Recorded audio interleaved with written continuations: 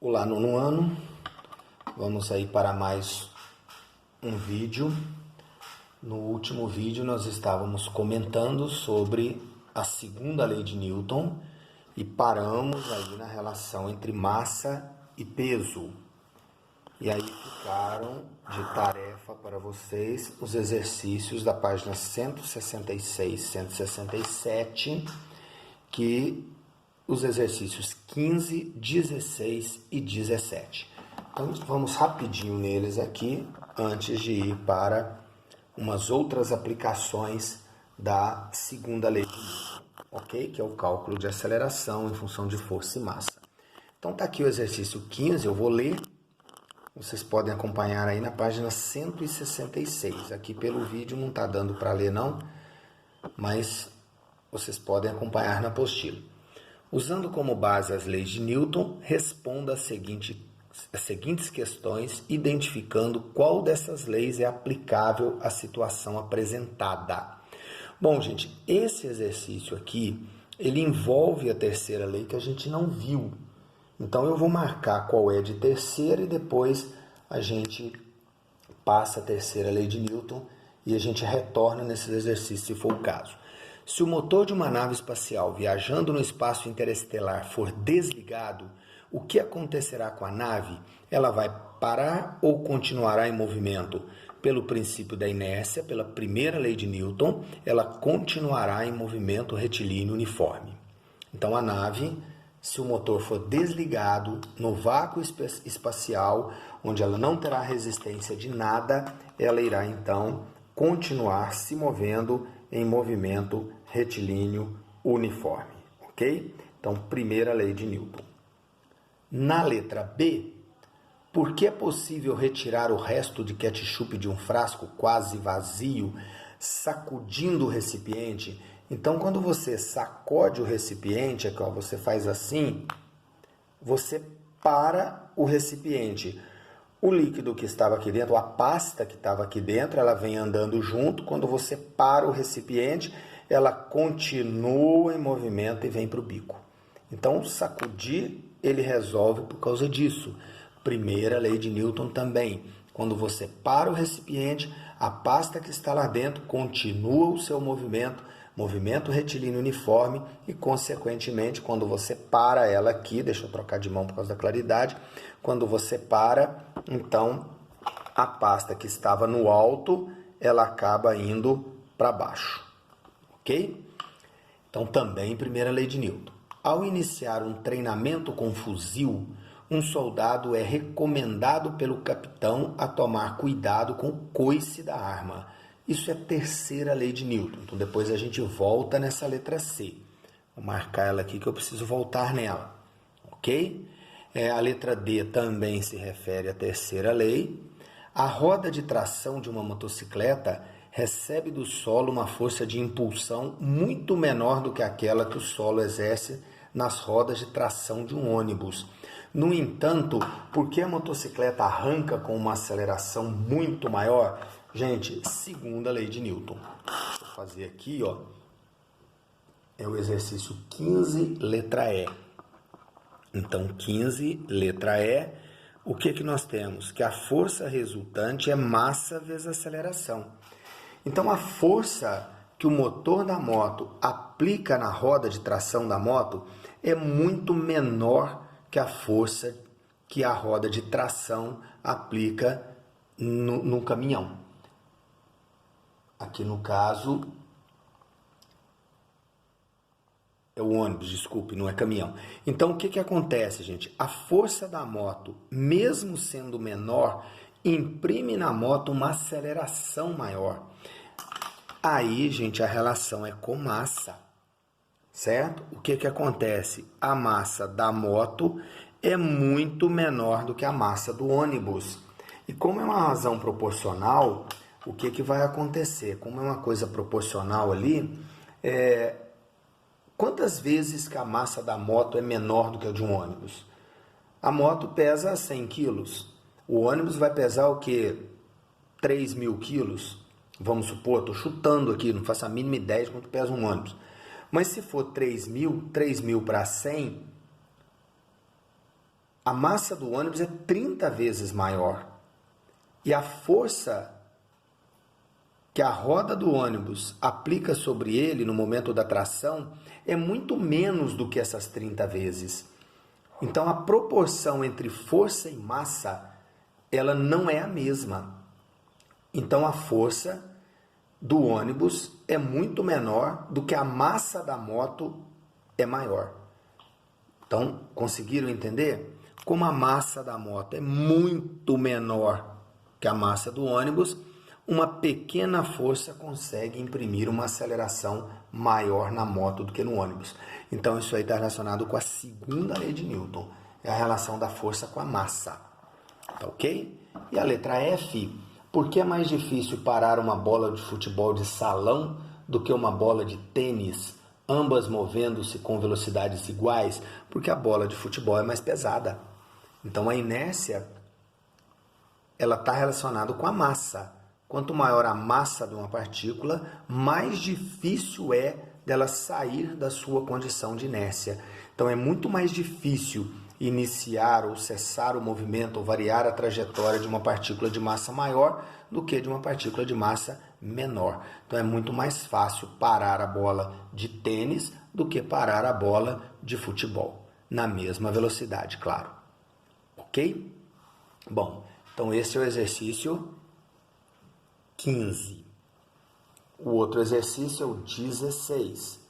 Quando um rapaz tenta empurrar a caixa sobre o chão, a força de atrito impede o movimento da caixa ou se opõe a ele.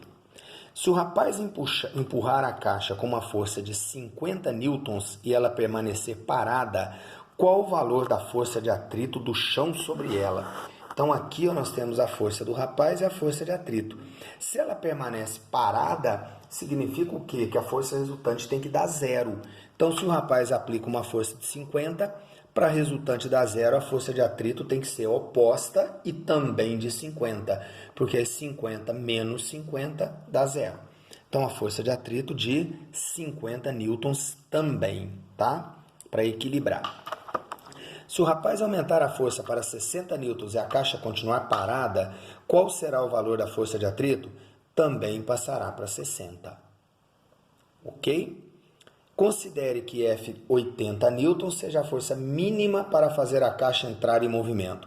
Depois que a caixa está deslizando, a intensidade da força para mantê-la em movimento com velocidade constante será igual, maior ou menor que 80 newtons. Bom, um corpo em movimento tende a permanecer em movimento, retilíneo e uniforme.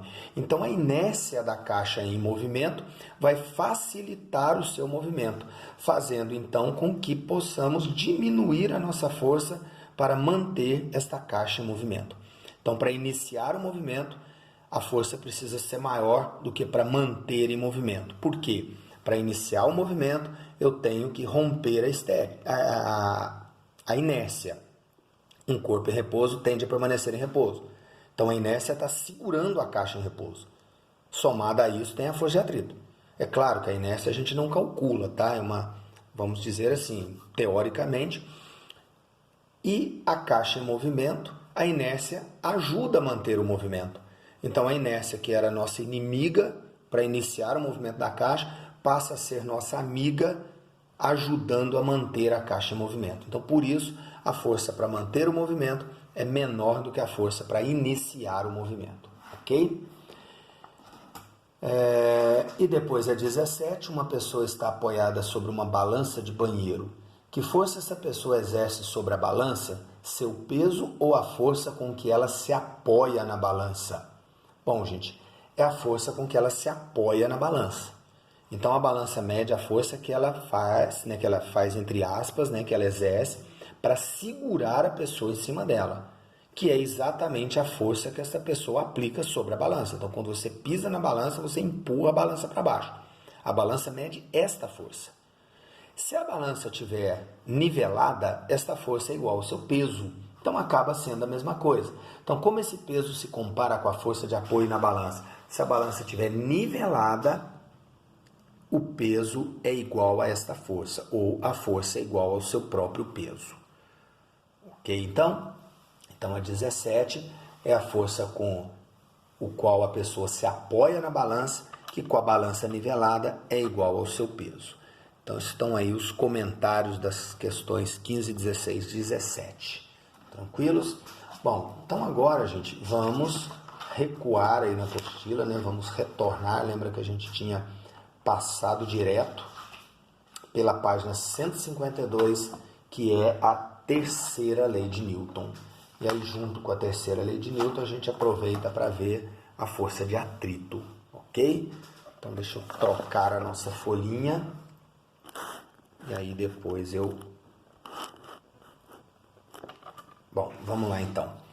Na página 152, página 152, terceira lei de Newton. Então, a terceira lei de Newton, gente, ela é conhecida como o princípio da ação e reação. Certo? Então, tá aí, na página 152, a terceira lei de Newton, conhecido como o princípio da ação e reação. Bom, gente, o que diz o princípio da ação e reação? O princípio da ação e reação é o seguinte: todas as vezes que a gente aplica em algo uma força,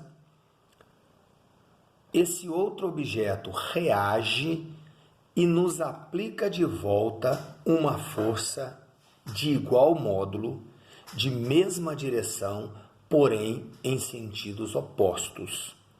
Então, o que acontece? Quando você dá uma trombada em alguma coisa, por exemplo, você está andando distraído e bate no poste. Você esbarra no poste. Então, quando você esbarra no poste, você aplica uma força sobre o poste. O poste, então, reage e aplica de volta a mesma força em você. Isso acontece, gente, sempre. Então, a toda força de ação, a toda força de ação corresponde uma reação. A toda força de ação corresponde uma reação. Esta reação tem mesmo módulo, mesma direção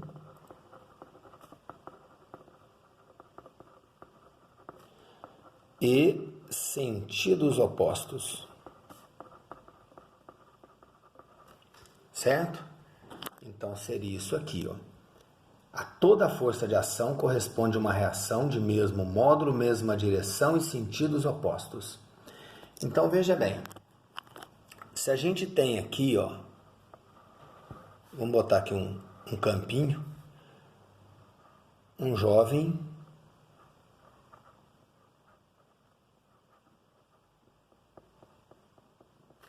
e esse jovem vai então chutar uma bola. Então, quando ele chegar aqui e chutar a bola e bater nessa bola, o que acontece? Veja bem, eu vou tirar o chão ali para...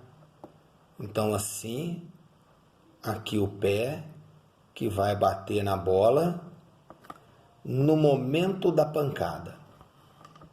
Certo? Aí nós vamos ver aqui o seguinte, ó. No pé do menino, faz de conta que isso aqui é um pé, tá?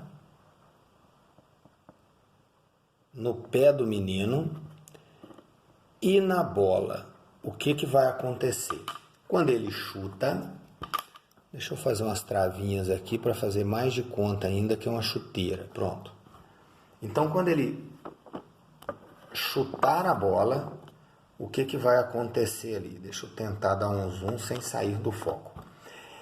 Na bola vai agir a força que o menino chutou.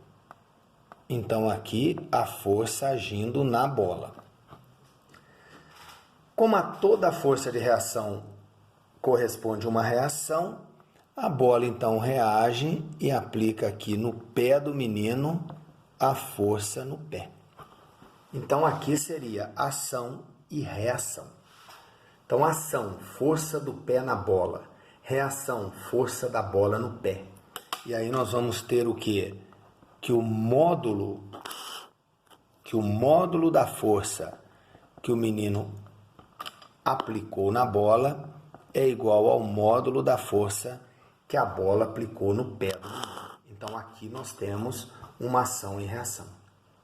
Certo? Ok? Então, este é o princípio da ação e reação. A toda força de ação corresponde uma reação de mesmo módulo, mesma direção e sentidos contrários.